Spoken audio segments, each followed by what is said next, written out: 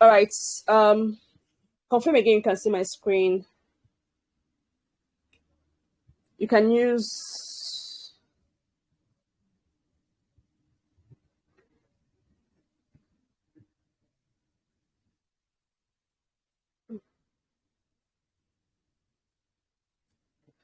Okay. All right. You can see it now. All right then. Okay. Welcome to tutorials on Binance trading. This is like I said, it's a beginner class. It's a beginner class, and I'm going to run us through it, and then there will be open the floor for questions. All right. So we're supposed to be more than this. I think it's partly my fault because I didn't specify the time. It's partly my fault. But notwithstanding, how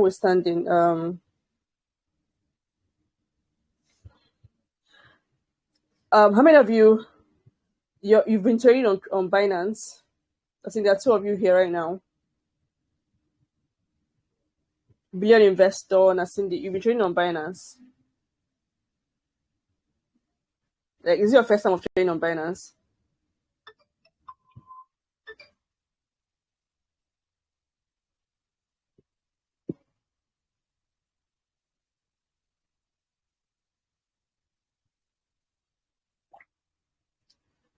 Okay, this like no, it's not your first time, or no, it's your first time. Like is this your first time billion investor or?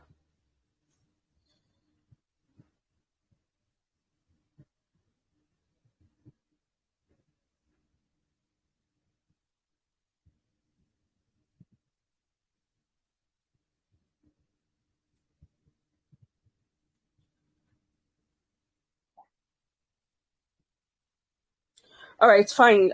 So it's not exactly strange. It's fine. Okay, so we all know what crypto. There's something I'm going to introduce at the end of this. To introduce you guys to at the end of this session that will really capture your interest. But I'm going to leave it to the end of the session. We're going to cover just a few things. This is not Ipu's first time. I'm going to take us through the step by step and then share some strategies with us. So, what am I using Binance? Binance is like one of the top exchanges in the world and the most used in Nigeria, if not Africa. And it has it has a lot of volume compared to other exchanges. Other exchanges are doing fairly well, but in Nigeria, it has a lot of dominance. Now, there are different things you can do on Binance, and one of the ways to monetize Binance, of course, is by your spot trading, buy and sell. What is spot trading? Spot trading is you buy at a particular price and you sell at a particular price. And in spot trading too, in fact, in every kind of trading, there are risk management, there are portfolio management that you need to do. Now, the challenge that most people face is that they jump into all kinds of trades and they don't put their security in place. Before we even get to this point, the first thing you should always do when you're in the crypto space is to secure yourself, secure your wallet, secure your funds. And whether you're on a decentralized exchange or on a centralized exchange like Binance, security must come first and profit management must come first. Now, a lot of things have burnt people. I mean, pursuing Ponzi scheme in the crypto space. So the crypto space is also filled with Ponzi schemes, which only favors those who join in early. I'm not saying people don't make money from meme tokens or shit coins and all of that, but the people that get burnt are usually more than those who don't. And sometimes when some persons take their time before venturing into some muddy waters in the crypto space, it seems like they don't know what they're doing. but it's very important to be careful. And then what's another thing to note in the crypto space is that to stay profitable, this one thing I learned from my my brother. My brother is one of my let's say one of my mentors in this space. It's just something that is very striking, and that is being early in the crypto space is equal to being early in the crypto space is equal to you making profits.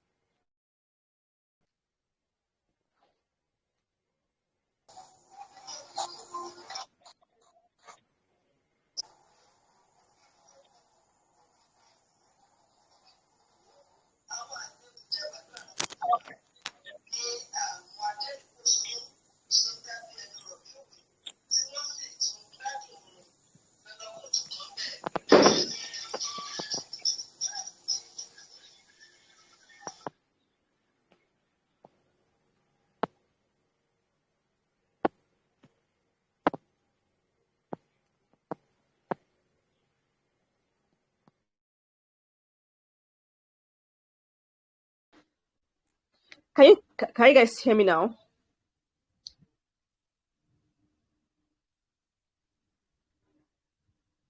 Wow. And I've been talking and talking. Okay, so where did you guys stop? I think it's my fault. My laptop and my phone were connected, so it's like nullified each other. So you guys couldn't hear me. It's definitely my fault.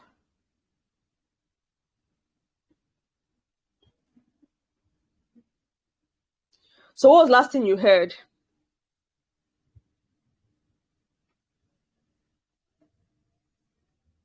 I was trying to keep track of the charts on my phone, um, and then I simply cut you guys off.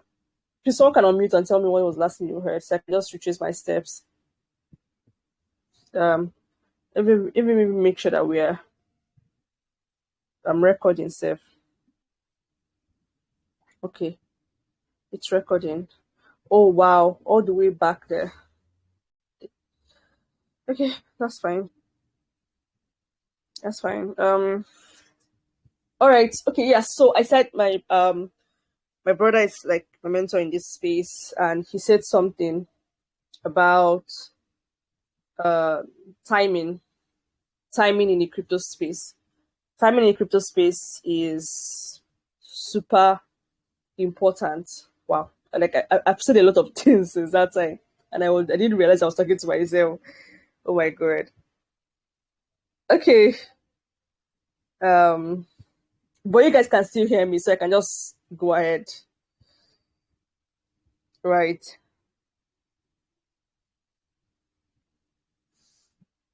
Should I continue?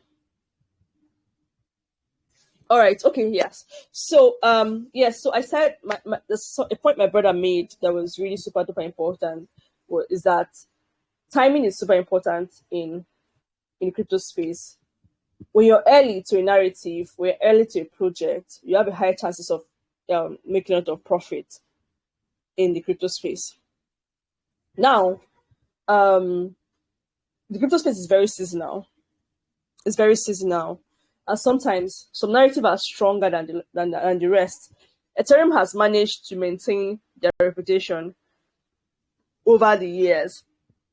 And then right now, we have a narrative in the crypto space about called the BRC20 token. I'm even seeing another one, SRC. I'm still going to check out what that one means. So, and even though the BRC20 is new, to get involved with it, it means that you have extra cash to spend because of gas fees. Transaction is really congested on the network, and it consumes a lot of transaction fees. But that's a typical example of a new narrative that is barely a month old, and people are jumping on it like trying to be early. Being early, it's super important in the crypto space. Very, very important.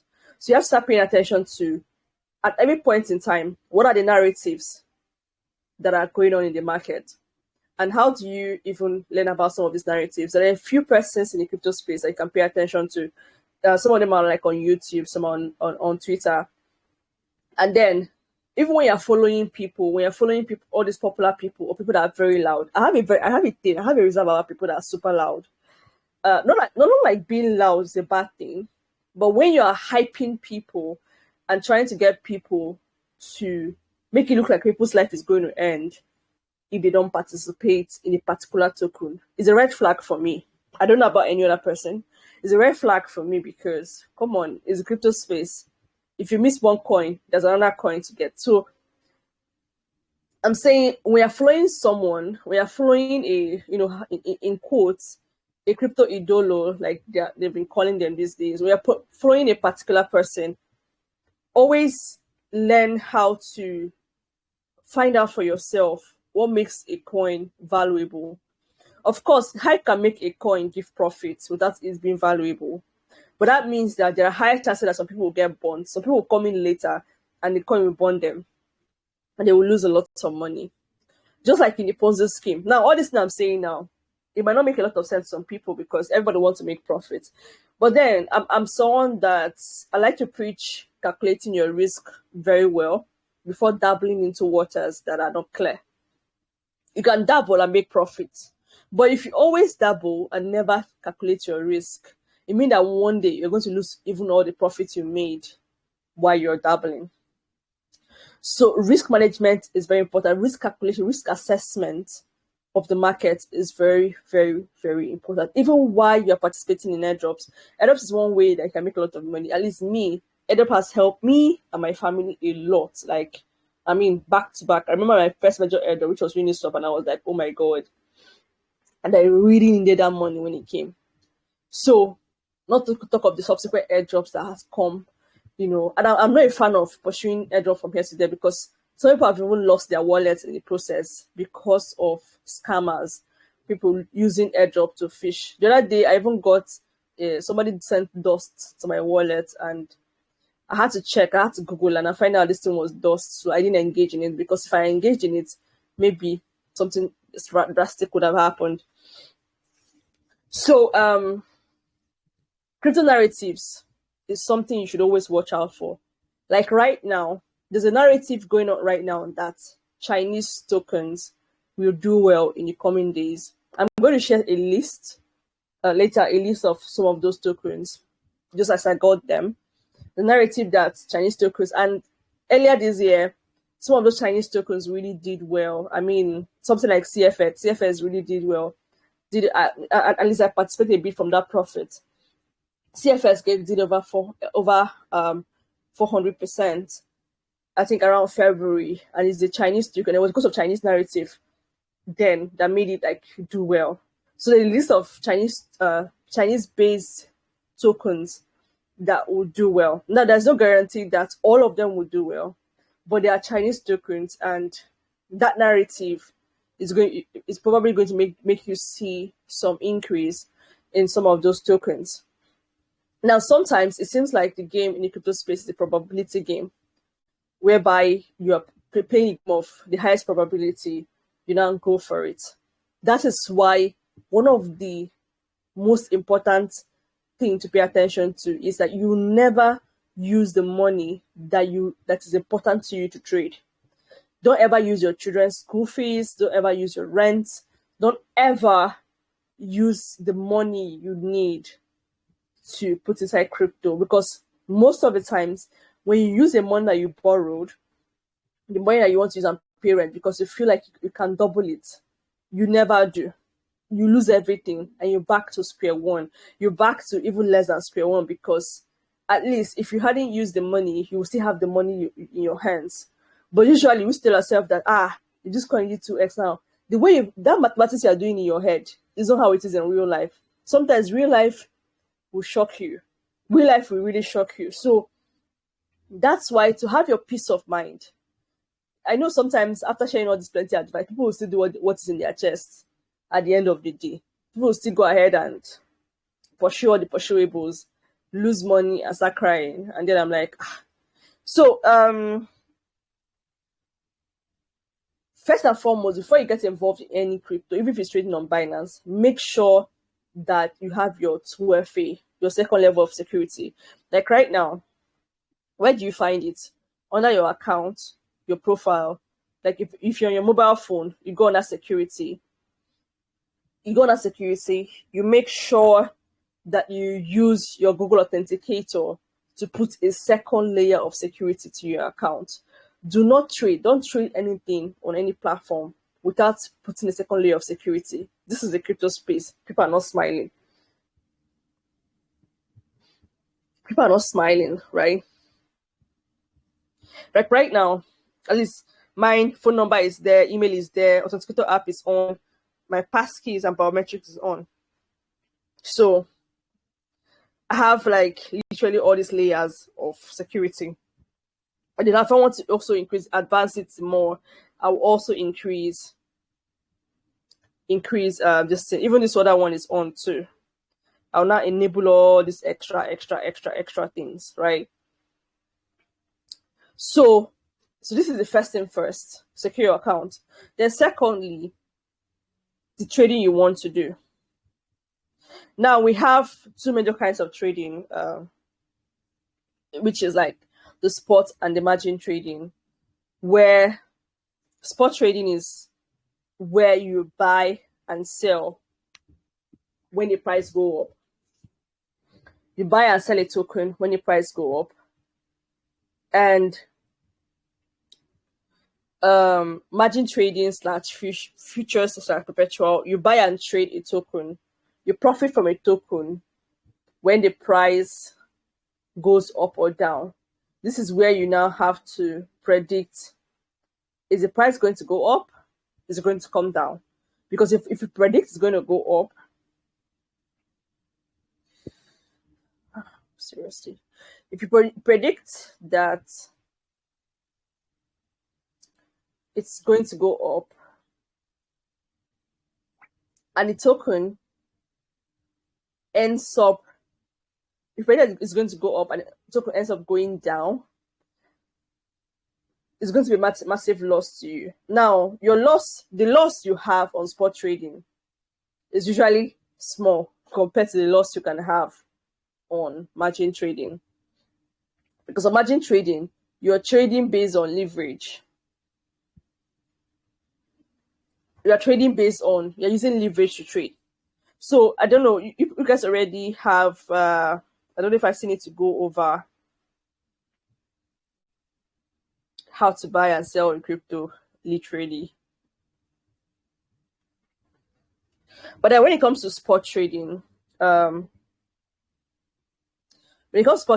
we have, there are trade management features involved in spot trading, also in futures. But the thing is that most people don't put these things in place, and I wonder why.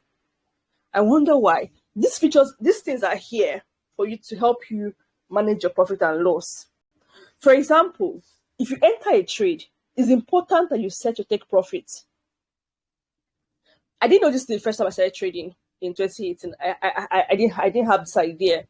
So whenever I enter a trade, I used to be very scared I'll not be sleeping with one eye open. What if the coin goes up? I wake up in the middle of the night. I check my trade. What if it goes up and I miss the profits? Stuff like that. I never knew that I could take profits. People just buy a coin and leave it there. The market is not your own. It's not your father that owns the market. Right? So, and the profit or loss people experience is based on the volatility of the market, which can be caused by anything. It can be caused by sentiments, sentiment of people. It can be caused by bad news. It can be caused by, FOMC meetings, different kind of things. It can be caused by the war or maybe pandemic outbreak. There are so many things that can influence the volatility of the market. And this volatility can give you profits or loss. So when you enter a trade, when you buy, whether you're buying with limits or market, it's important that you set your sell targets as soon as your trade enters. As soon as your trade enters, it's important to set your take profit.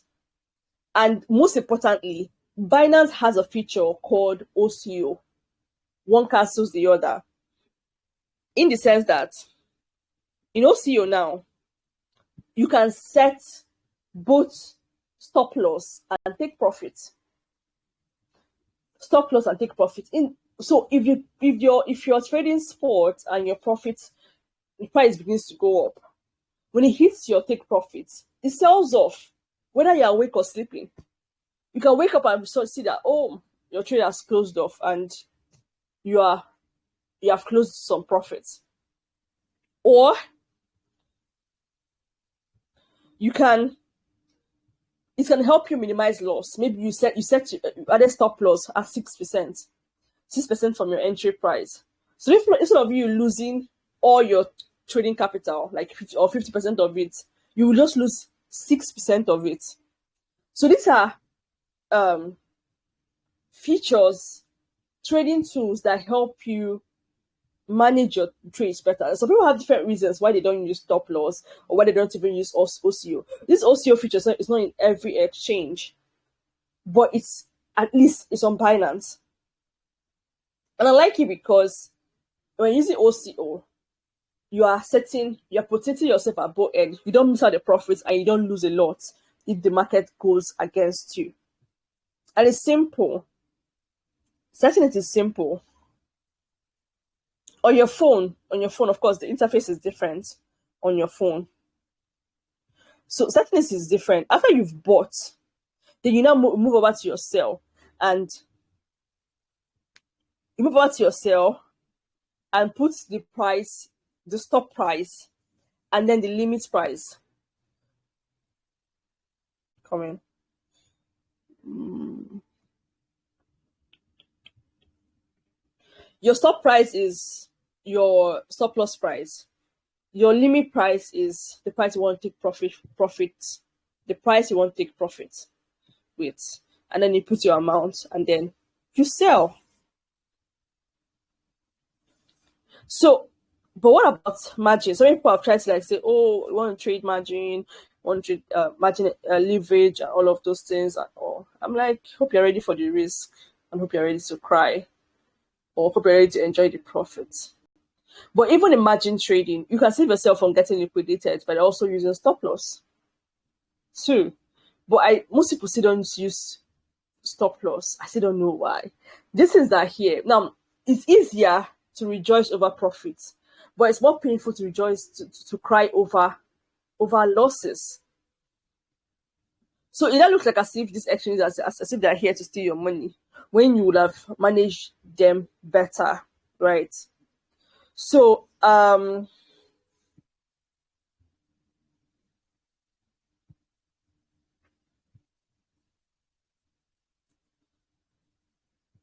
you guys still with me?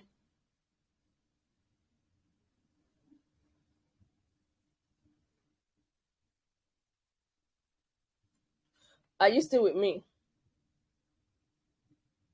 So those of you that joined later, I don't know. Do you have basic trading experience. I need to know that I have to like show step by step again on how to buy and sell.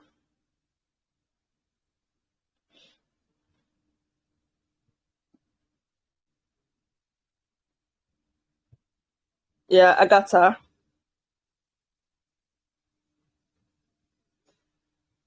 Agatha and BC.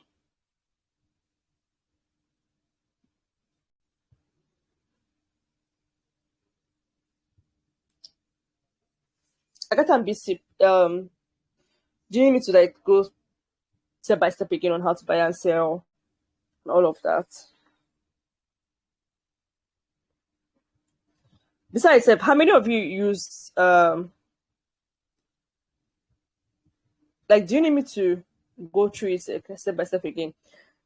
How many of you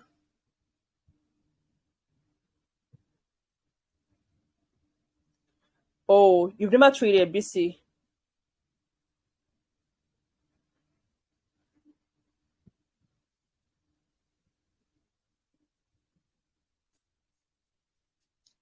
You've never traded.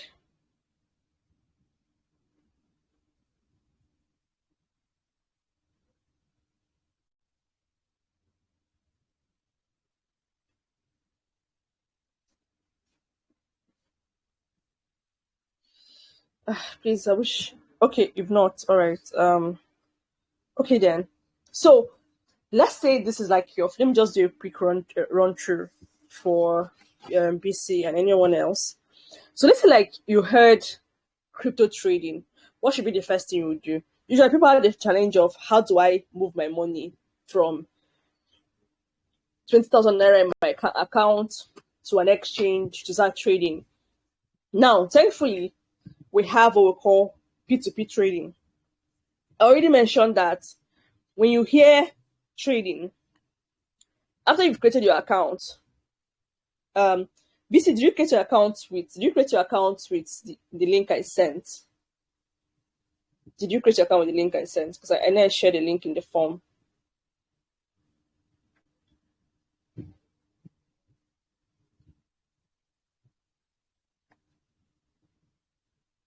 Oh, you know about P2P. You know how to deposit. Oh. You know how to buy with P2P. I mean P2P on Binance, not sending somebody money for the person to send you crypto. I mean P2P on Binance. Oh, okay. But you say you have zero experience. What is the limit of your zero experience? What's the limit of your zero experience?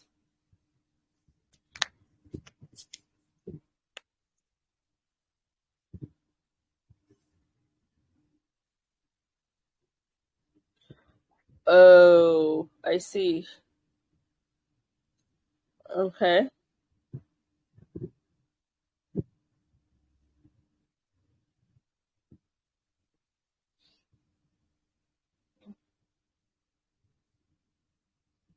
Okay.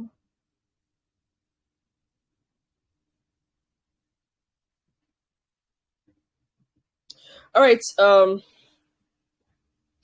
Okay then. So like on Binance, when you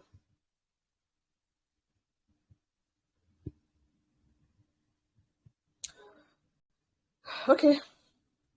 So first of all, when you want to start trading on Binance, the first thing to do is to deposit your funds. Now, if you're Nigerian, you already know that it's impossible for you to deposit funds directly from your bank account. Like at least, even if there's a way around it, it's literally stressful. So what do? You use the P2P market. So what's P2P? P2P is person to person. That is, there are people that are Binance serves as an escrow. What's an escrow? An escrow is like a middleman who makes sure that both ends, the deals between the both ends are met. So Binance is like a middleman. So you send your money to the person sends you crypto into your wallet on Binance. So now that your money you have, We now come to on your phone. This is in Chinese. So let me switch to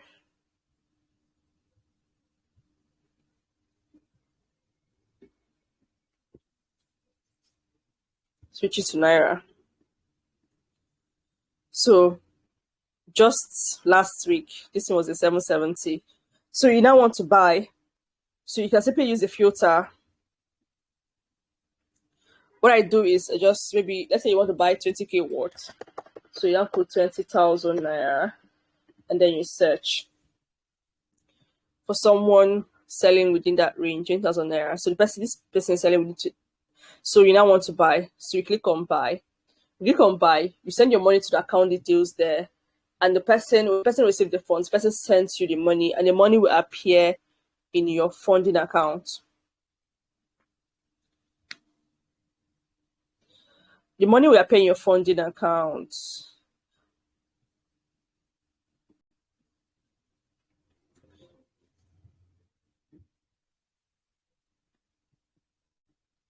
So, and when it appears in your funding account, you transfer it to your trading, to your spot account, and then you're ready to trade. So your money will appear in your spot account, and then you're ready to trade. So you can use the transfer button and transfer from this transfer to spot. Now on your this thing is different. On your mobile, of course, the look is different. So you transfer from funding to your spot, and then now you are ready to trade. So under trading, on sports now, for example, so let's say that you have to like buy CFX. Now, this is the, imagine that this year is like 2019. You know, halving happened 2020. This 2023 is like the 2019 before the bull run. So people started bagging coins. I remember some tokens that did well for me, like Chainlink then. Chainlink, we started buying Chainlink November of 2019. Bought more around February, March of 2020. And as soft, we bought this token at around $1.5 and $2.5. And in August 2020, this coin moved from $2.5 to $17 for one. And this was after post-halving, after the halving. Now, let's say now you have some tokens you're having your eye on. Don't go for quick profits. Look for tokens that you can bag against the ending of 2024. Because a year from now, so some tokens are going to be in profit. It might look like it's far, but we're all going to stay here and meet 2024. And you'll be lucky you bought some coins early. That's why I said some of those Chinese tokens narrative will do well. And then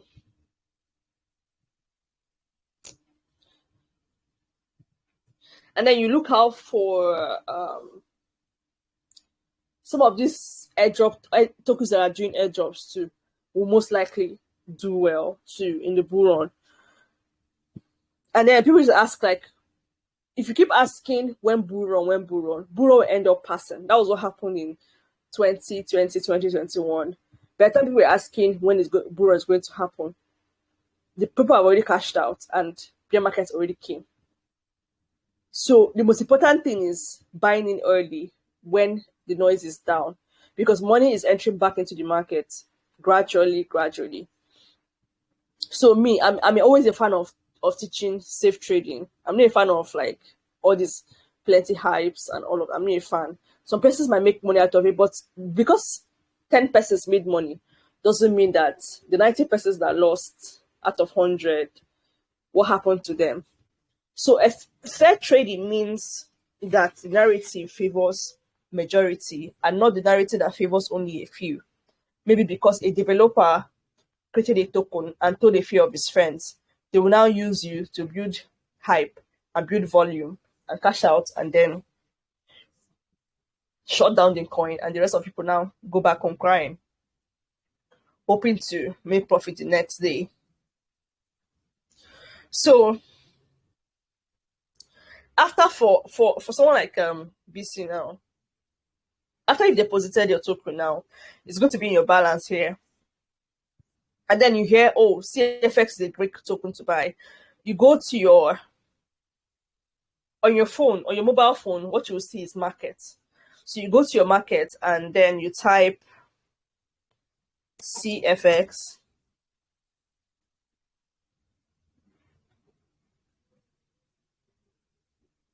Now, fundamental analysis is my strongest suit. Technical analysis is not. It's not my strongest suit.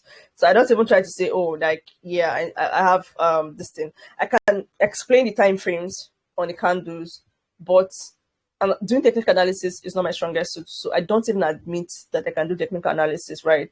But then following news, following news and trends is what has been able to, like, help me. Like this, I say about this China narrative, these tokens, like this CFX now. Don't be surprised. Conflux. Don't be surprised. It's going to be one of the tokens that be like, I knew when this token was this price. By next year, in the next 1 year, don't be surprised. If you look at I think that was, let me see, 1 month. Let me look at 1 month candle. Yeah.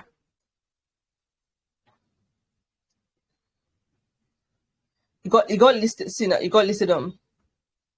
This is 1 month candle. This is like, month. This year. This is this month. Last month.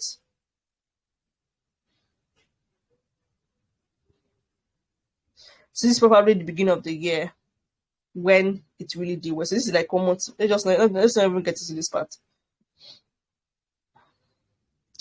So for the sake of BC, you have your token and you want to buy this. Now, the what we call trading pairs on the trading pairs in crypto. Now, I have videos on my YouTube channel too that you can spend time on, or you can go back to this recording because I'm recording this session just in case some of this things I'm saying is sounding like gibberish to you. It's pretty understandable. So now, let's say you want to buy the CFX, and what you have in your wallet is maybe what you bought with USDT or BUSD. Now, you buy a token with trading pairs. Now, what are trading pairs now? It's just like you go into the market and you're choosing to buy something with our legal tender, which is the Naira. So you are giving Naira in exchange for what you want. So in this scenario now, if you have USDT, it's either you buy the token with USDT you have, or you convert your USDT to BTC in order to use it to buy what you want to buy. And thankfully, now before I get to the next thing I wanted to say, what you should also know is that every trading you do on Binance also takes fees. Most of the times you don't notice the fees because the fees are like very little. But if you're using like small funds to trade, you'll be able to notice the fees.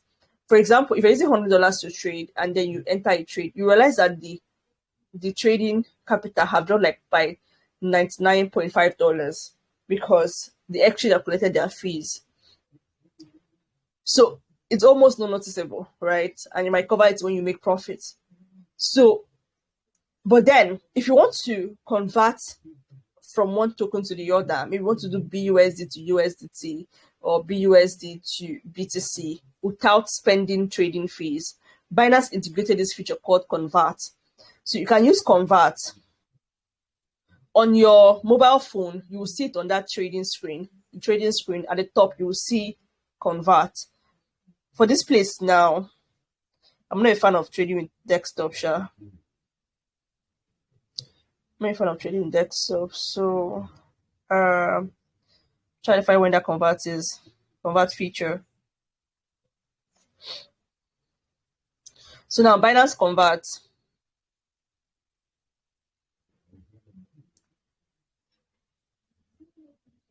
So in order to save yourself from trading fees, you can use Binance convert, and simply market limits. Markets, these things are just like, not now.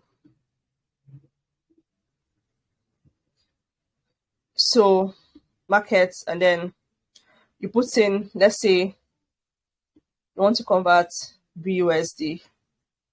You put in the amount you want to convert and select which one you want to convert it to. Are you converting it to BTC? And then you preview conversion, then you convert in less than 5 seconds. No fees. You're not paying any fees at all. So this is how to convert from one token to the other without spending the transaction fees that you would have been charged. Even though, now, the reason why this thing can help is that sometimes the funds you have might be, because the minimum amount you need to trade on Binance is $10, and the amount you have might be like 9.9 something dollars, and you want to like quickly move it from BTC to USDT, and you don't have like extra, so you simply use convert to do it, so that it doesn't, because if not, if you try to use trading to do it, it's not going to go through, because it's not up to the minimum amount to trade. So I don't know if you are following, if I'm saying a lot.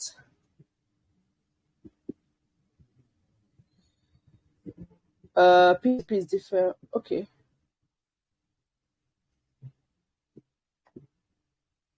Okay. Brilliant investor, are you trying to explain to BC? Okay.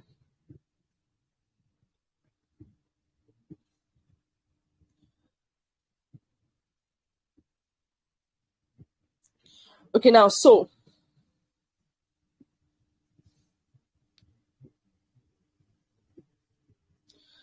you can ask a question, or if you have a question to ask.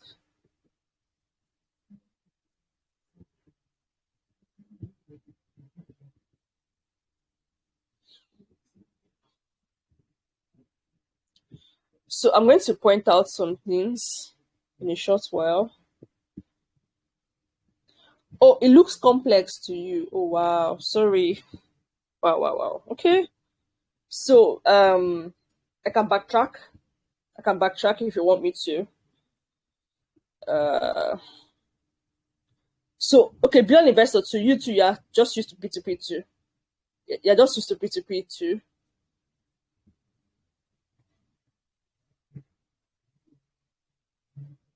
I'm coming, Cindy. Oh, okay. Wow. When you said you were already used to trading, P2P is just P2P, right? Wow. So many persons really do P2P without ever crossing this other part of crypto. P2P is just like making money from, how will I put it now? Buying and selling of, but it's like buying, how will I put it now? It's like buying and selling of dollar, black markets, and you're trying to leverage the difference in black market price. So that means you've never invested in a token before. Like, you remember bought a token and you made profit from holding the token or selling the token. Like, you've not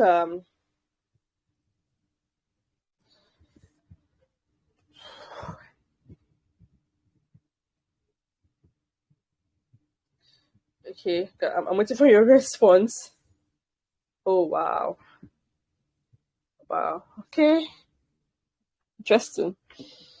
Okay, let me see if I can make this as simple as possible. So you and BC are in the same shoes. All right. Okay then. So it's not exact. Okay, I can get how it can feel complicated, like really, because that was how I felt the first time I encountered trading. The P2P you are doing, that P2P, it's not, you're not doing crypto yet.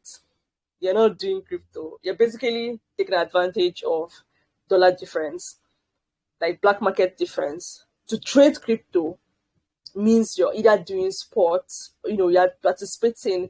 It means that you've not even done all this other decentralized trading. That's like the I would like call it advanced now. the crypto space is very large. Like it's really very large. P2P gives people a lot of money, right?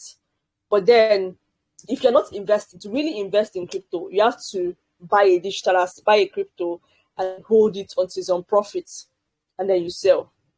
That's the main crypto trading. P2P is it's just equivalent to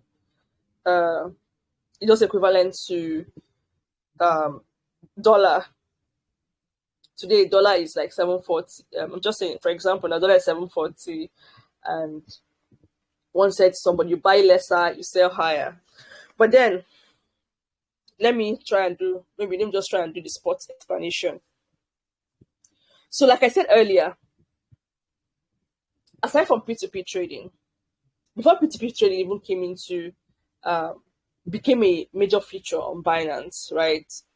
There was a very short time when it was possible for you to use your card to fund your wallet, and then CBN banned it, and then even some other countries you can't necessarily do this, but P2P has always been the way to go in the crypto space, because that is the idea. When Bitcoin was created by Satoshi Nakamoto, the idea was that there will not be any central middleman. There won't be any middleman between me and you. Let's say I want to buy crypto and you want to sell. There's no middleman. We agree on a price and then you sell to me. I buy from you. So that was where the whole idea of P2P came in. And when CBN banned the use of our card, ATM cards, and all of those, or direct bank connection to fund our wallet, Binance and OKEx integrated P2P into their exchange to make it very easy for people to easily fund the account to start trading. So P2P is just a way for people to move their money from their account and convert it to Bitcoin on Binance to be able to trade. So I'm going to give you an example. So let's say now you've used P2P to buy a token. To fund your wallet. You funded it with USDT. You sent somebody money, let's say 50K, and the person sent you equivalent in USDT. Now that money is in your wallet. That money is in your wallet, your funding wallet. As soon as the person credits you, it will appear in your funding wallet. When it appears in your funding wallet, you use the transfer button and then you transfer it to spot. When you transfer it to spot, your USDT now is ready for you to trade. So then let's say I tell you that if you buy $100 worth of CFX today, that in the next 1 year, you'll be able to cash out 10 times the amount of that money. So how do you now go about it? How do you then go about it? This is where you now come to spot. On your mobile phone, you will see it as market. Under market, you'll see spot. This is where you now say, okay, CFX is going to do well. CFX is going to give you profits in the next 1 year, for example. It's going to do 10 times your money. That means you're making your $100 will now become $1,000 in the next 1 year. So you now come and say, okay, you come to search, the search button. You don't type CFX. You now find out, at what price can I buy CFX for it to be profitable? When you find out at what price to buy this thing, price, let's say now it's at minus 7% now, and it does well, like gives you 10% profit. When the market, because now market is a bit shaky, I don't know why. I don't know. I think there was a meeting I held during the week, but I don't know why it's shaky today. But so you now come here. So you had USDT, you had BUSD, you had USDT from the money, from the crypto USDT you bought on P2P. So what do? It's either you buy, because what you're seeing here now is BTC, USDT, BUSD, and all. So what are these things? They're called trading pairs. What are trading pairs? Trading pairs are the token and the two tokens. One is what you want to buy.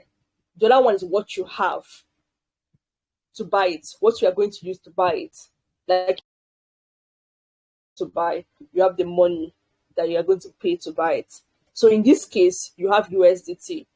And if you want to use BTC to buy it, it means that you need to use your USDT to buy BTC in order to use BTC to buy the CFX, or you use the convert feature like I showed earlier. Like I said, this is new to you. This is new ground to you. It's not something you're going to grasp in a go. But because to really enjoy the crypto space, you need to know how to trade. To enjoy the crypto space, you need to know how to trade. P2P, there might be money in P2P, but for the bull market, there's going to be much more money in people who buy tokens that will do well and they hold it to that time. There are tokens that we bought against the bull run. So that during the bull run, we'll take profit.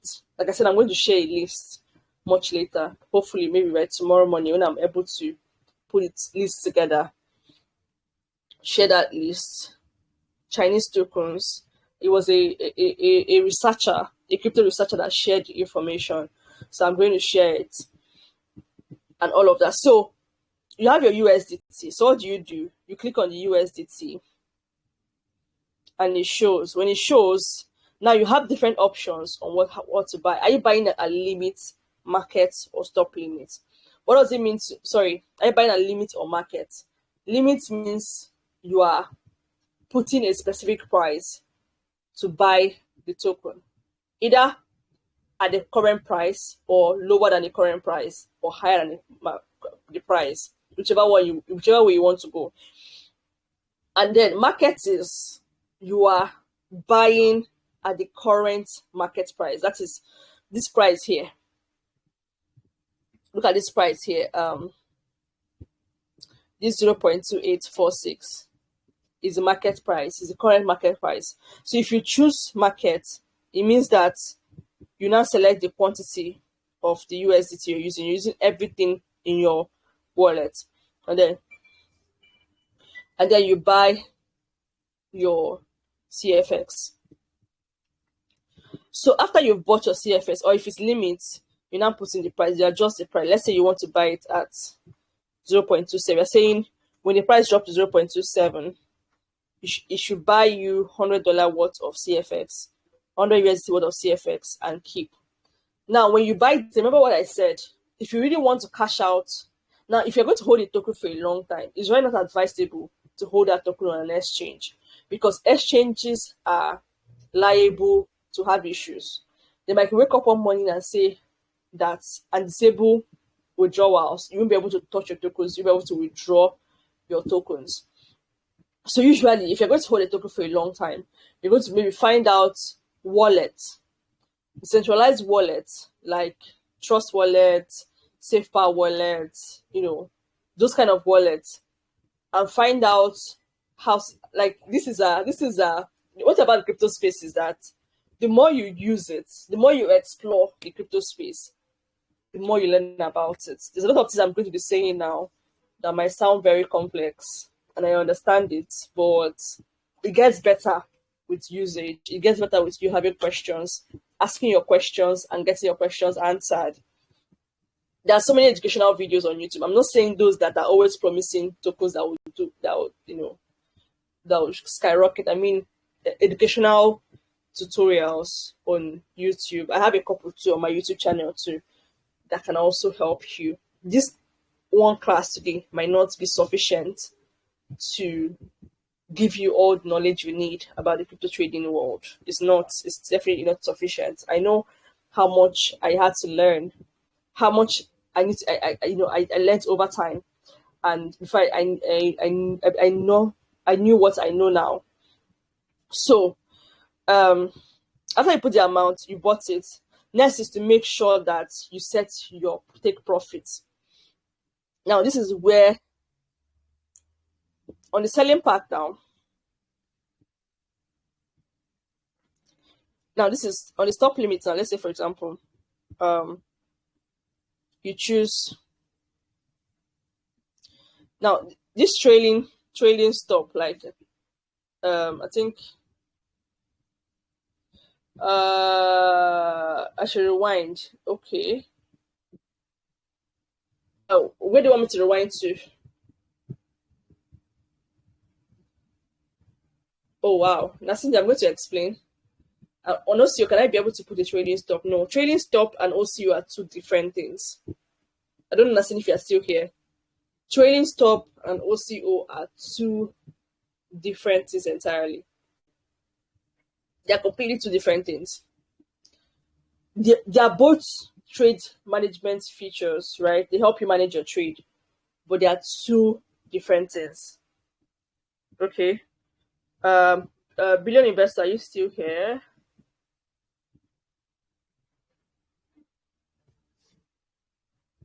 Oh, somebody bought 40,000 BUSD. Whale. More. Okay.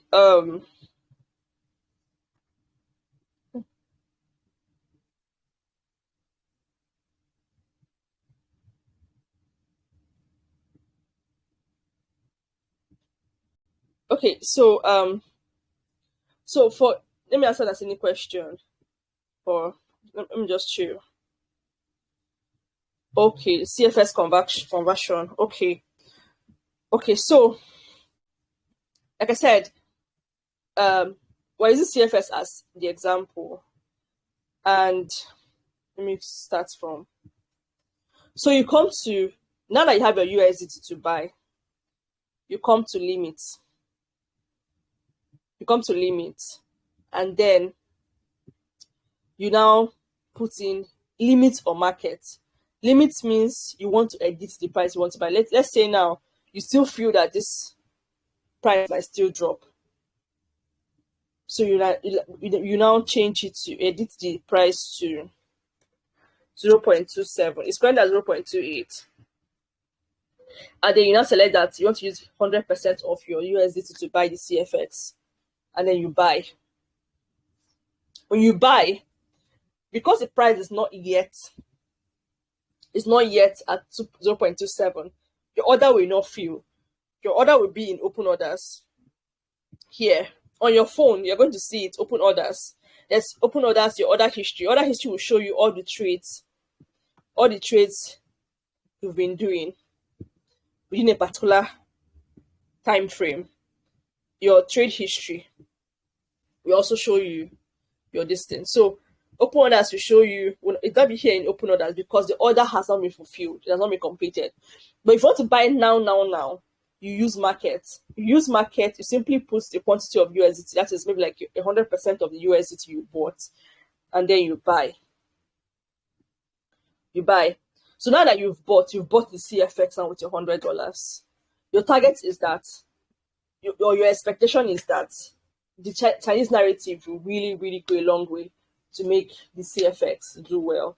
So you immediately come to the sell part and set your take profits. Now there are two kinds of take profits you can take. Either you set your limit take profits or your OCO take profits. What do I mean? Let's say you select OCO, or even if you select limits, on the sell part, you edit the price. You calculate if you were expecting 100%. Let's say you expect that the market will really do well, and your risk, the risk you can take is that at least you want to take out 30%. 30%. So you calculate, you bought this token at 0.2846. Now there's a little bit of mathematics in trading, so you now have to check what percentage of 0.2846 will give you 30%. If it's 100% your profit you want to get. Now this is not about what you want to get, it's about how much profit can the market give you. Because if it's by what you want, you might want like 100 million. But it's about how much profit the market can give you over a short period of time. The profit could be small, maybe 10-30%. But a longer period of time, if the narrative is strong, the profits can reach up to 50%, even 100% and more. like CFS did in February, it did 400%. That was beyond expectation. Someone like me, I took out 30%, only to wake up next morning and saw that I had already reached like 4x. So, you now calculate this 0.28 multiplied by 0.30. It will tell you 30% of that amount. So you now add it. You now add what you get. Like, how to get 30% is the price multiplied by 0. The percentage. That is like, if it's 10% is 0.2, that is the price you bought the token, multiplied by 0.10. Whatever you get, you now add it to the price. That's going to give you the price you now target to get your 10%, or to get your 30%, or to get your 50%, whichever one you're targeting. So when you now estimate that price, let's say for example, we're targeting 100%, that should be around 0.5 something. So you now edit the price here to 0.5 and you select 100%. You're saying when the price gets to 0.5, it should sell and give you 100% of your money, extra 100%. That is your $100 plus another $100 put together. That's what it should give to you. So this is what's using limits to set your take profits. But then if you're using OCO means one cancels the other. It means that, let's say now OCO now, it means that the market is not your father's company. That means it's possible that the prediction of the market might be wrong, and the market might go down, and you might end up, your $100 might become $50. So in order not to lose too much money, instead of losing 50%, you can lose only 6%, maybe 6 to 7%, or worst come to worst, you lose 10%, and you still have 90% of your funds with you. So what do? You use OCO, and you set the price that you want to sell the token. Now this first price here now in the OCO is the price you want to sell the token. This second price now is the price that if the token does not go up to where you want it to go to, if it is coming down, if it gets to this price now, you should make sure it closes the trade so you don't lose your money. So you now calculate, do another mathematics to check. If you bought it at 0.28, you have to minus 6% from your price to be able to get that price. The price that you need to put here. As I said, it's a bit of mathematics. This is like you are doing an investment. So it's not something you rush into.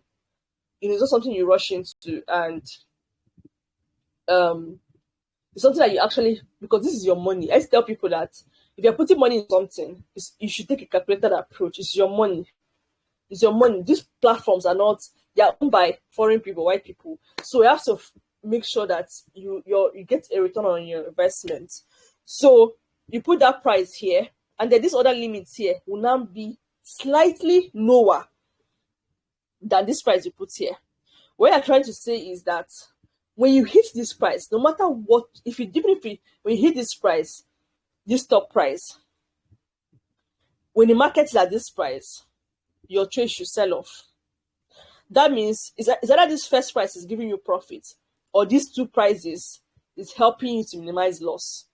So you now put your 100% CFX and then you click sell. When you click sell, it's going to be in open orders because it has not fulfilled, meaning you're waiting for the day that you come and see that your token has either hit profit or that's helped you minimize loss. Like I said, you might need to listen to this video again or watch my other videos on my YouTube channel to be able to solidify this thing you just learned this evening.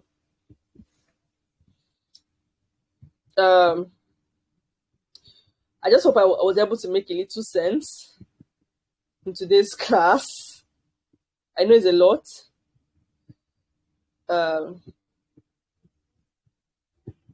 I know it's really, really, really a lot. And so, but then it gets better and better. I was in that confused shoes one time in 2018, and it got better because I didn't stop. So how do you know a token that will do well? Now, this is not like 100% sure, but at least it's up to 90%. It can help you check out a token that will do well. How do you know? How do you know a token that will do well?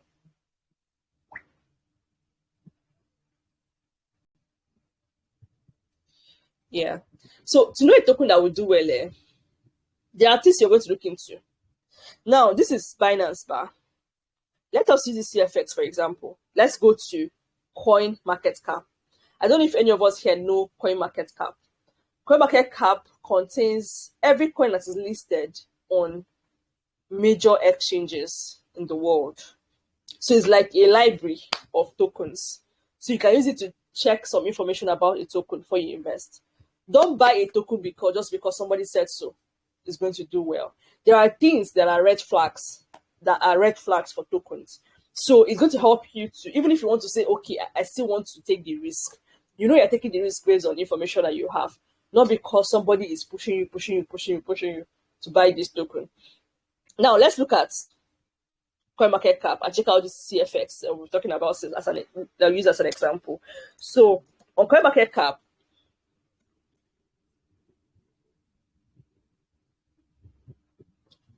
okay, you have the CoinMarketCap app. Okay, great. Now this is a place where you can see even tokens arranged in categories and all of those things. And I'll see that BRC20, the narrative I talked about. Now, not even all the narrative are listed here, but then the updates that they get listed. Now, let's look at that CFX. I hope you guys can still see my screen. That CFS I mentioned. The name is CoinFlux. The full name is CoinFlux. Conflux, sorry. Conflux. CFX, yeah.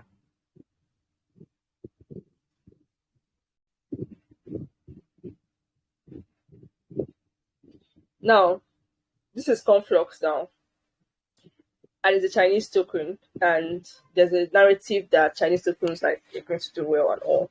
So what do? You come to, let's say now you want to check out or you want to know more about this token.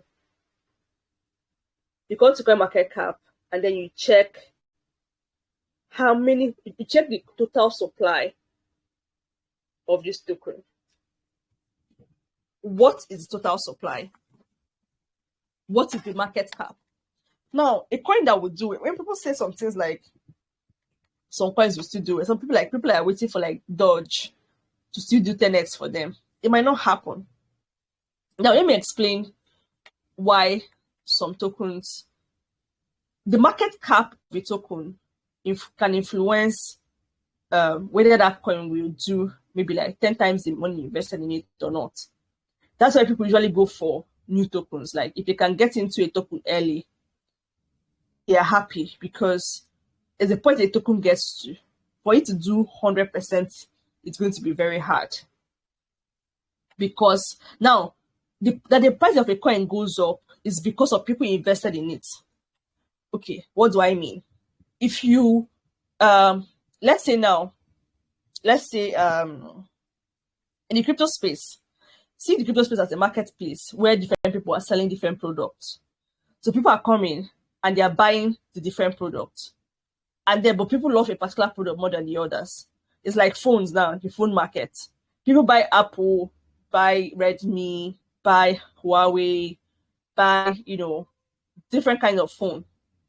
Now people are buying Apple because of, and then the more Apple phones are coming out, the more the prices are going up. Now in the crypto space, the more money is entering the crypto space, the more the prices of the cryptocurrencies are going up. That means anybody that bought the crypto before more money came into the market will be on profit. So it's a matter of more buyers, more profits. The market start dumping when people start selling a lot. Now that doesn't mean that people don't sell, but if the selling is too drastic, they're supposed to be, for the market to be stable, buying and selling is supposed to be going on. In fact, more buying should be going on more than the selling, which is different between bull market and bear market. In the bull market, more people are coming in, buying, and few people are selling. But in bear markets, money is not coming in. In fact, people are still even selling the one they have. And then we now have scammers, people that don't scam other people's money, even reducing the money that's in the market. So that means that you need to pay attention to the market capitalization of a token. Usually when a token is below 100 million, what's the market cap? Market cap is, for example, let me explain what market cap is. Market cap is the total value of a token. That is, let me use coin flux, for example. The price of one coin flux is 0.28 now. You now multiply 0.28 by total amount of coin flux that is existing. It's going to give you the market value, the market capitalization of coin flux. I don't know if that made any sense. Did that make any sense? Did that make any sense?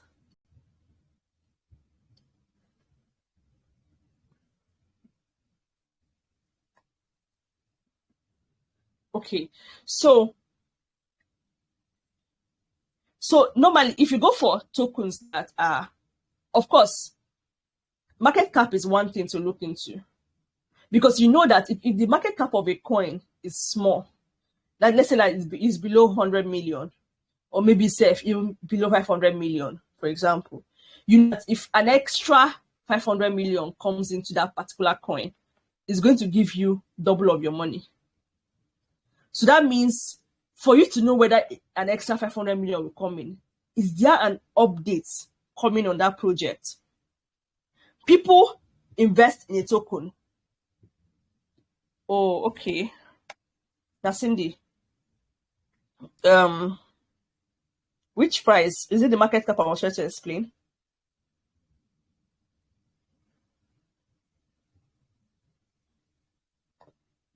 Okay. See it this way. Let me see if I can type it. Let me use now one CFX now. One CFX is what I'm trying to show you how to know a coin that will do well, right? Now, like I said, this is like in 90% cases, not in like the 100%, but at least the majority of the cases. One CFX now is 0.28. To know the market cap of a token, right? You have to check what is total supply. How much of that token is in the market. That is circulating supply. Circulating supply is the quantity of a token that is in the market at the moment. The total supply is everything. Now, when a project creates a token, they create a particular number of tokens and they release it into the market gradually at different levels. Either they use it to pay their team members, they use it to do marketing, they put it on exchanges. But one way or another, the token gets to the market. So you now know the ones that are in the market are called circulating supply. The total number of tokens the project created is now called total supply / maximum supply. Do you get? So if you now want to know the value of a token, you have to calculate, you have to do this 0.28 now multiplied by total amount of that token.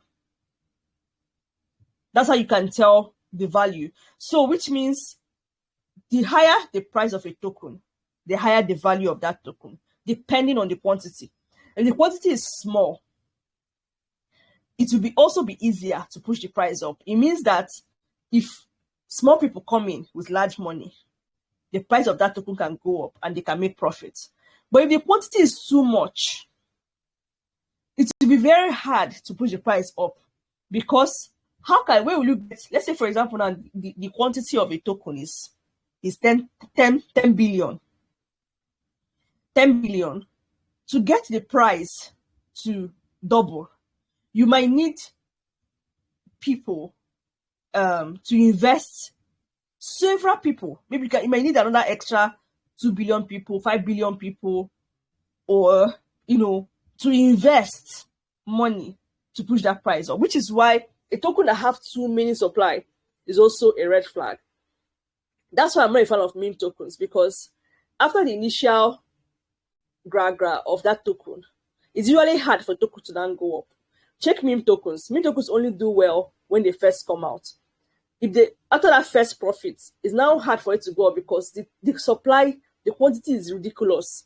Most of them are running in trillions. And for you to push the price of trillion token up, it means that you need people to buy up that trillions for the price to go up. So in the case of the CFX now, you have to now multiply this price, using this price, that you now use to multiply the total supply. That's how you now get the value of a token. I don't know if this I just said now made it make sense. Did it make sense to you, Nasindi?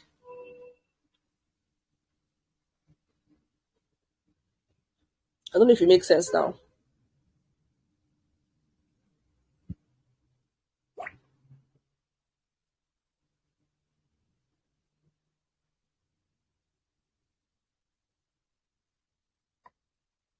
Okay, I'm trying to do a short summary.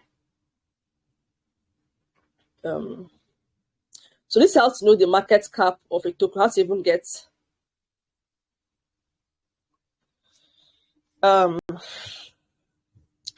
so one thing to check how to know a coin will do well is to check the market cap. The market cap is below 5 million, 50 million, 100 million. You know that that extra $100 million needs to enter the markets to get it to 200 million, so that you can make 100% to get 100%. So that is why you don't, if you are too late to a meme token, I'm not saying you can't buy meme token, no, but if you are late to a meme token, don't buy the meme token again, because you might end up having a bag of trash that you can't sell. So that one thing, like I mentioned, is check the supply of the token, total supply. Is it too much? Is it more than 1 billion? I'm usually I don't really like tokens that before it used to be millions, but these days, if it's more than 1 billion, I used to have reserve. The total supply of a token is more than 1 billion. I have my reserves, right? You have to prove to me beyond reasonable doubt if it's more than 1 billion that there's a way. There are other things that will make the price go up, because it means that if money doesn't come into that project, the price might never go up. So you're looking at reasonable supply. You're looking at reasonable supply. Looking at the market cap of that token, and also most importantly, you're looking at the use case of that token. Remember, I talked about narratives earlier. Now, if you look at this place now, let's look at what I mean by use cases. Let's go under categories. Now, what are use cases? Use cases are, what value is that crypto bringing to the space? Is it solving a problem?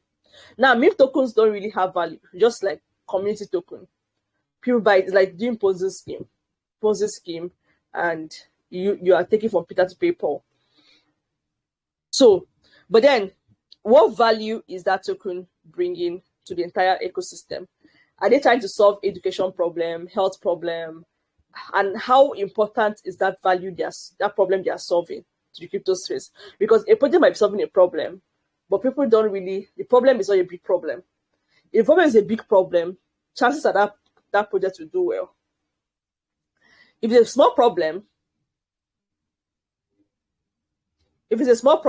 chances are it might not do as much per se. For example, now we talked about remember when NFT was raining? Now these are different solutions.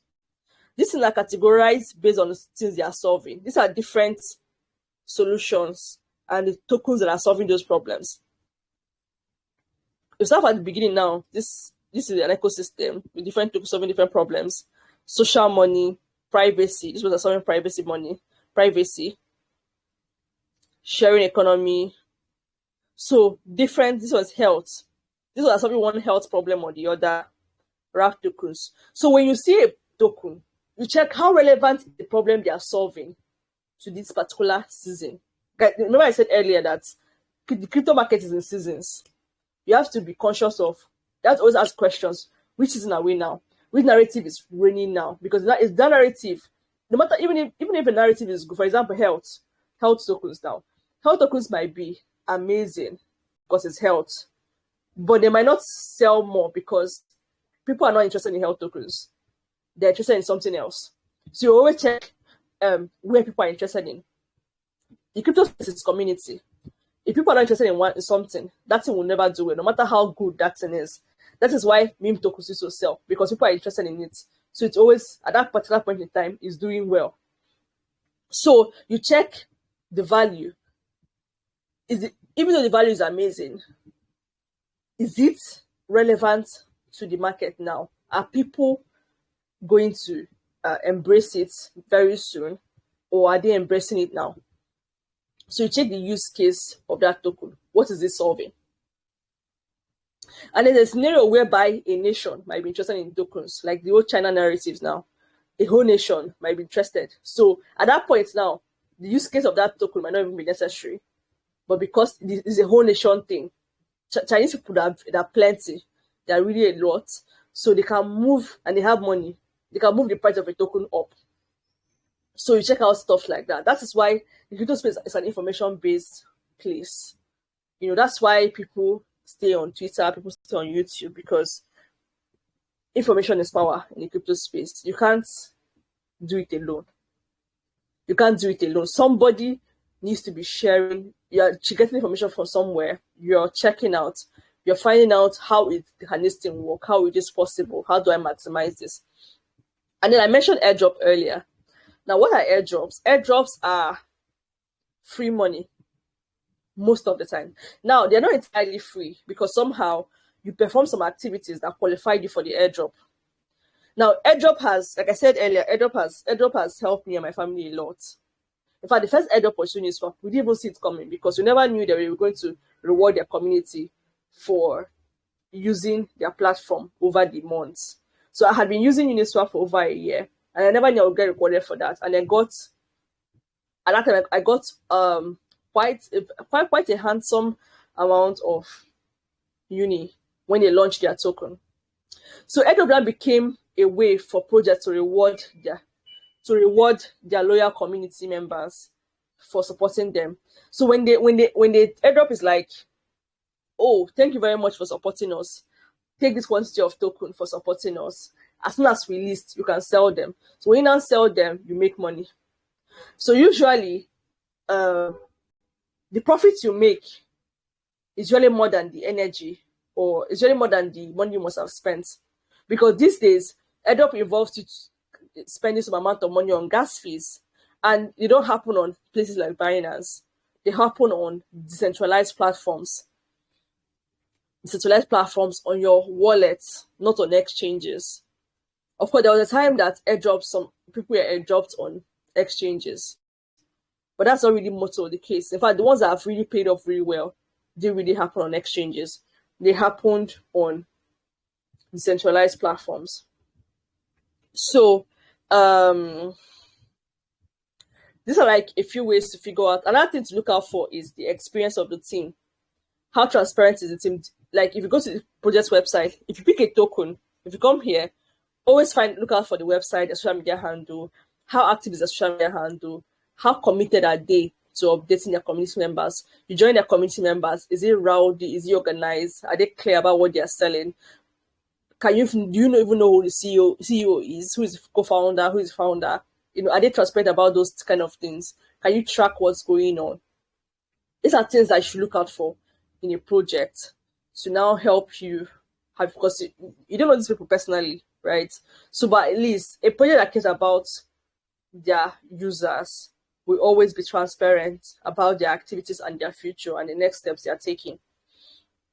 I don't know. I think I've really shared a lot of information today, so I don't drown us in a lot of information today. Now, there's an area too. Most of the time, when I tell people that they should, if you don't have energy to trade crypto, you can build career in crypto. Personally, most of the times, the money that I've made in crypto too, apart from airdrops, apart from trading, is from career. I'm a writer. I write script. I write. I got jobs based on my writing skills. I got jobs based on my social media management skills. You know, I got my siblings got job based on community management. I have friends. I have community. At least Nasindi is in my.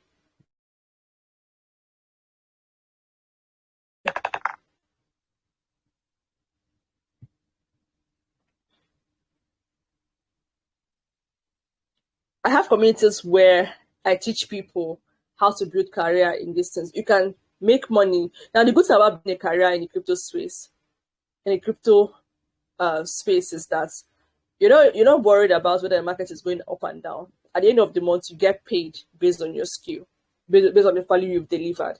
So I like to tell people that if you don't want to be dealing with, you have skills, you can build your skill. Now I'm not saying you get a job overnight because you need a skill to get a job.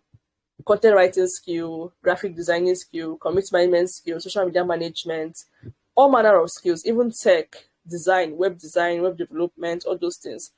You can use them to get a job in crypto space, which is also part of what we do at Valucop. And then now we have a scholarship that we're offering people.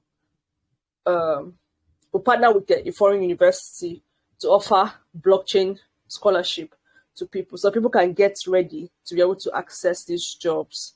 And we are giving it to our premium members. We have a membership program at Valucop where we have all manner of courses you can access by just paying a membership fee, including you accessing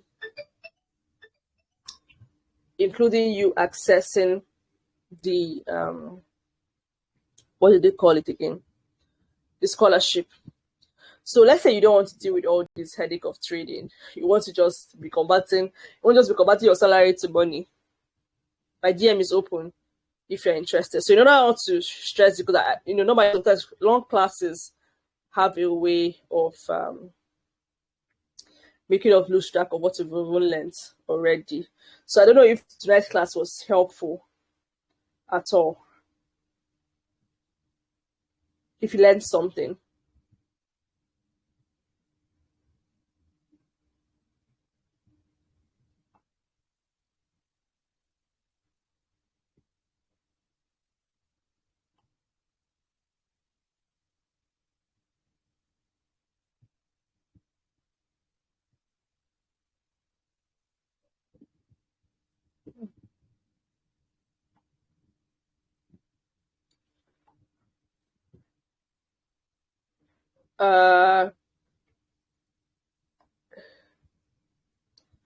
Okay, what was the airdrop question? What's an airdrop? I hear you mention. I think I tried to explain what airdrop is just not quite long ago. Is there something specific you want me to explain? Because truthfully, airdrop does not have one guide. Each airdrop has its own instructions. So you can't say there's a one rule that guides all airdrop. For every airdrop, you have to find out what is the instruction for qualifying for that airdrop. So I tried to that's why I try to do videos on my YouTube channel to explain how to participate in each airdrop, because there's no one rule. It's not like the way you do your buying and selling on crypto. It's not like how you trade your crypto. Each airdrop has its own rules and regulation that helps you qualify for the airdrop. Didn't I just do that?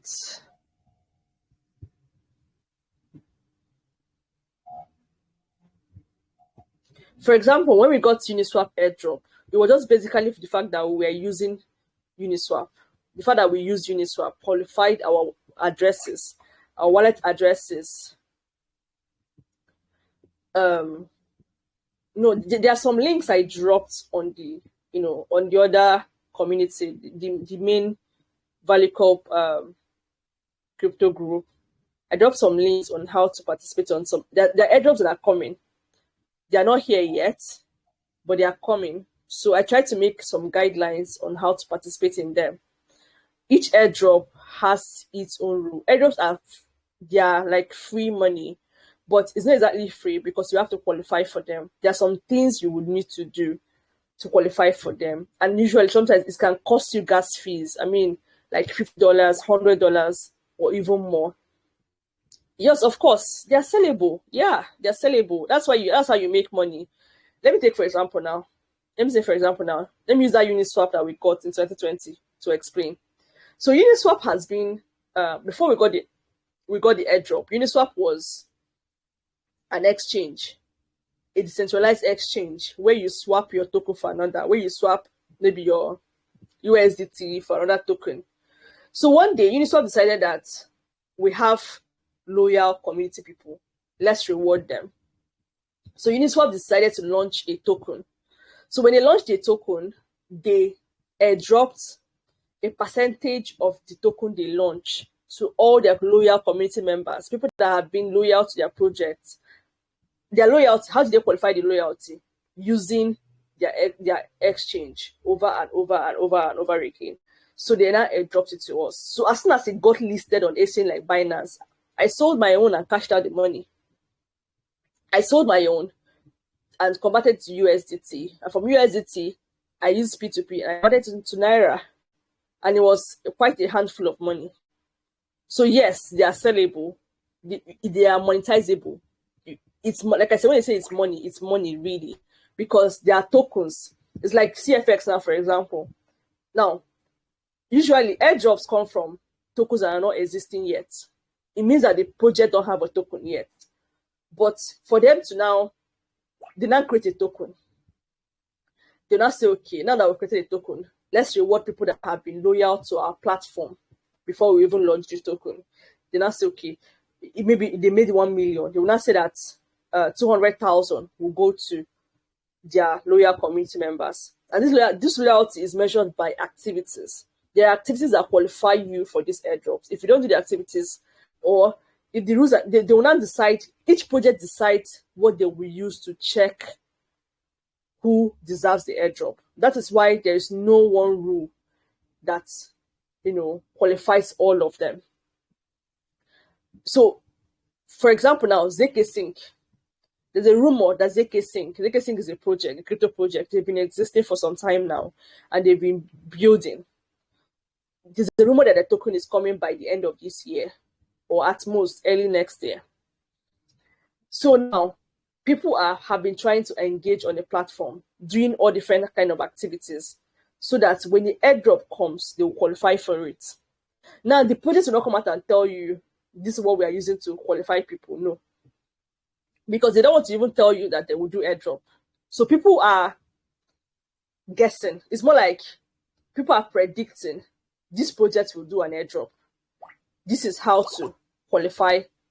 This is what you can do to get ready for the airdrop. Because I don't know if what this I'm saying is making sense, Cindy. So per project, if you hear that a project will do an airdrop, what you should do is to find out what are the guides. What will it cost you to participate and prepare for that airdrop? Does it make sense now?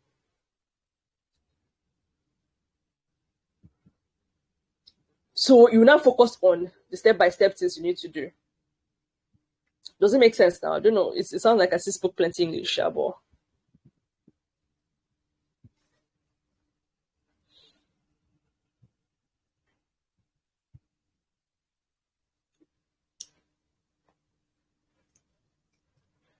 okay, so there are quite a number of them that are coming up. People have been, quite a number of them. Maybe I will share a few for you to see how some of the rules look like. And like I said, for some of you are just used to P2P. There are still plenty parts of the crypto space, especially the decentralized world. If you get to the decentralized world, it's a whole world on its own, and that's usually where the airdrop happens. Not even on places like Binance per se. That's where the airdrop happens. So I try to do a few, what do they call that thing again? Guidelines on what to do. And sometimes it can be very tough if you're not very used to the crypto space to follow. But then it's part of the learning process. And the more you do these things, the more you learn. There's money in the crypto space. But like I said, it's information. Information is power in this crypto space. So Cindy, I don't know if I helped at all in answering your airdrop question.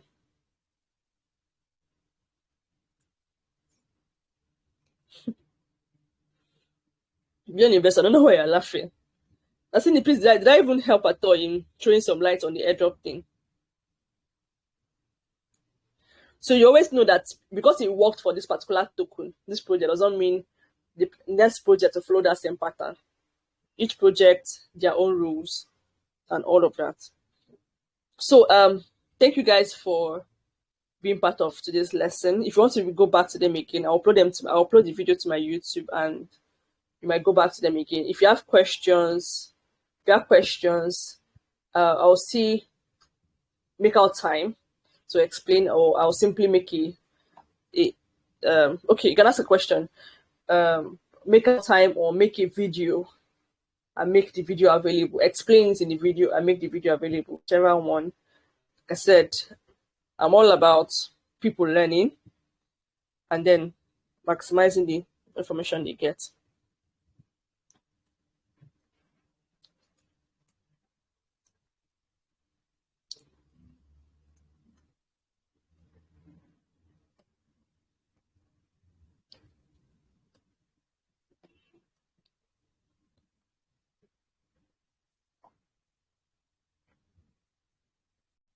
Okay, listing and launchpad. Yes. Okay, so listing and launchpad. So now, a project might have been existing, doing all their plenty activities, and then one day they decide that it's time for us to launch a token, because usually a token is a way for them to generate income.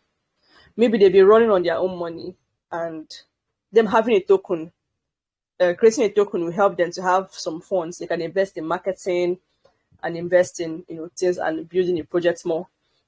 So when they now launch it to create the token, they will now do what we call all this TGE, token generation events, and they will now choose exchanges to list on. When they are listing on exchanges, okay, let me have the YouTube link. When they're listing on exchanges, now different exchanges have their prices. For example, there's an exchange that it costs for you to list your token on their exchange, you have to pay $10,000 to list your token on their exchange, because they know you're going to make more than that. So usually, because Binance has a lot of volume, if a token is on another exchange that's not yet on Binance, when it comes to Binance, it brings when it comes to Binance, it brings more, what do they call it? Profit, because Binance has traffic and all. So listing. So normally each exchanges will now announce when a project has finally, comes to terms with an exchange, maybe like Binance now. So go to Binance and say, okay, this is our token. We want to list our token on your exchange. Binance will now tell them, okay, this is what we're charging. They now pay the money. When they now pay the money, and Binance will now announce so and so token will be listed on so and so day by so and so time. So people will now get ready to buy and sell the token.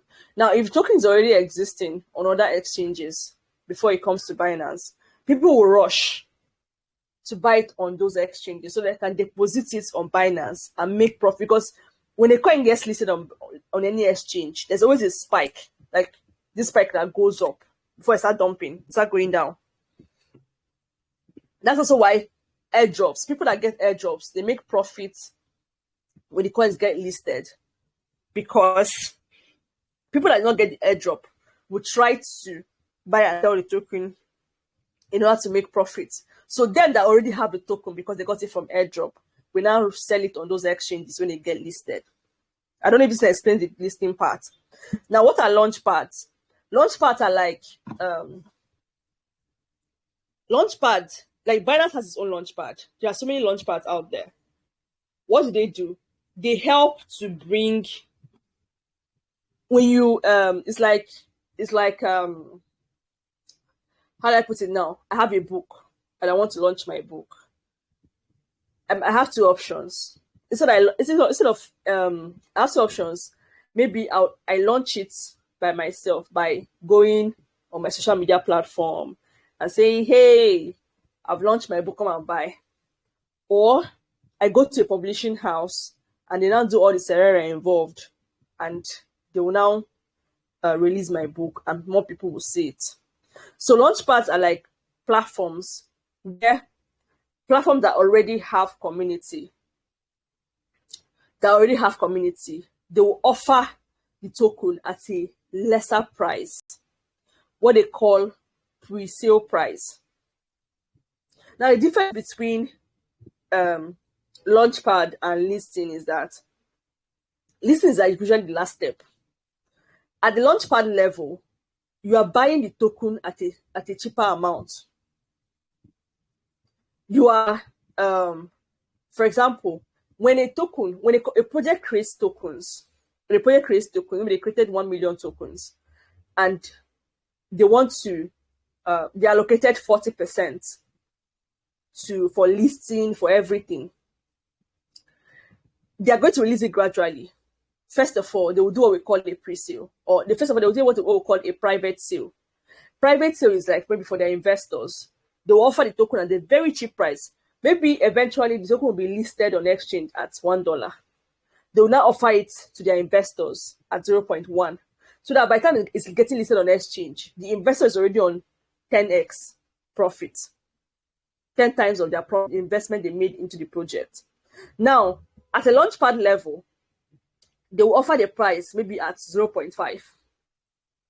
So that people that participate in the launchpad, and this launchpad also have their rules and regulation on maybe minimum amount you might be holding and all of those things. Each launchpad have their own rules for you to get an allocation. So maybe they will allocate some amount to different launchpads, like maybe Binance launchpad or other decentralized launchpads. And if you meet the requirements, you'll be able to join during the launchpad session, and then you get some allocation at a cheaper amount. By the time it gets listed on centralized exchange, you'll be on profit. But the launchpad is usually a game of who has more money, because usually the requirement is usually very scary. Like for people that have small funds, might not be able to meet the minimum requirement of launchpads. But there are platforms like CoinList. On CoinList, you can participate in pre-sales with $100. With $100, you can participate in pre-sales with $100. I have in the past, pre-sales. So these projects go to them, and the CoinList organize the pre-sale ceremony for the project. People rush in immediately. They buy it at that discounted rate, and the minimum amount is usually like $100, and they'll put the maximum at $500 so that somebody cannot come and use all his money in his village and pack everything. So they will put a maximum price and a minimum price, and then people can get. So I don't know if this have explained it to you, Brilliant Investor. I don't know if I've been able to throw more light. All right, so about our next class, I'm going to communicate that. I can't guarantee that it's another one I hold this week. I'm going to communicate that. We'll have quite some good resources on our YouTube channel, so you might start looking into that, and then put together your questions, and maybe you can handle it from the question angle. Till next time. So I hope I've been able to drop some value this evening and throw a lot of light in some things.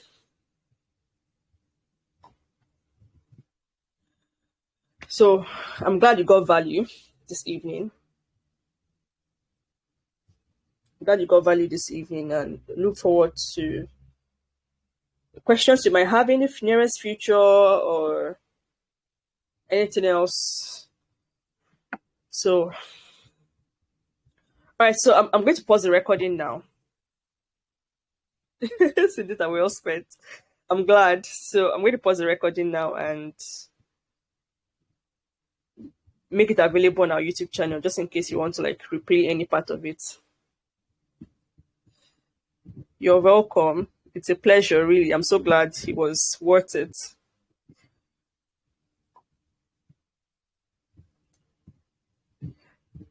Thank you.